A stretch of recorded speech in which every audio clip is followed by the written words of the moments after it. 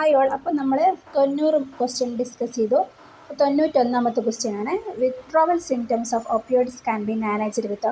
അപ്പോൾ ഒപ്പിയോയിഡ്സ് പെട്ടെന്ന് വിഡ്രോ ചെയ്താൽ നമുക്കത് ആ ഒരു സിംറ്റംസ് മാനേജ് ചെയ്യാം മെത്താഡോൺ വെച്ചിട്ടാണ്. മെത്താഡോൺ കൊടുത്തിട്ട് ഓപ്ഷൻ സി മെത്താഡോൺ.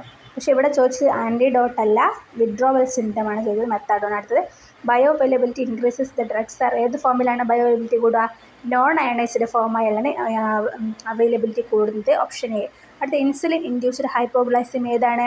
ടൈപ്പ് എയിലാണ്. ഫസ്റ്റ് ടൈപ്പ് എ അഡ്വേഴ്സ് റിയാക്ഷനിലാണ്. അത് ടൈപ്പ് എ നമുക്ക് പെട്ടെന്ന് ഇൻസുലിൻ കൊടുത്താൽ ഷുഗർ കുറയുന്നുള്ള കാര്യം നമുക്ക് അറിയാൻ പറ്റും. അതിനാണ് type A adverse drug reaction എന്ന് പറയുന്നത്. Option A. അടുത്തത് a method to improve patient compliance. Patient compliance കൂട്ടാൻ വേണ്ടി പേഷ്യൻറ്റ് കൗൺസിൽ ചെയ്യാം, പ്രോപ്പർ പാക്കേജ് ചെയ്യാം, സിംപ്ലിഫിക്കേഷൻ ഓഫ് മെഡിക്കേഷൻ ചെയ്യാം. All the above.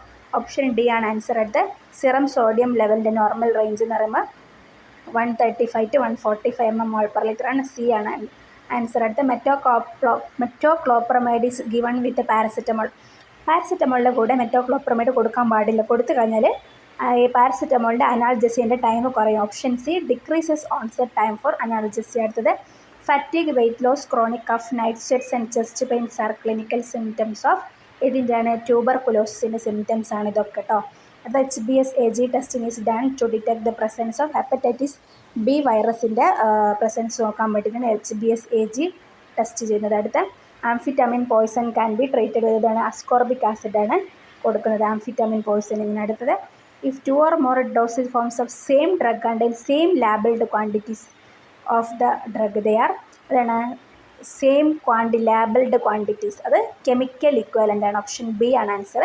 അപ്പോൾ നമ്മൾ 2020 ഒരു ക്വസ്റ്റ്യൻ കൂടി ചെയ്ത് കഴിഞ്ഞിരിക്കുകയാണ്.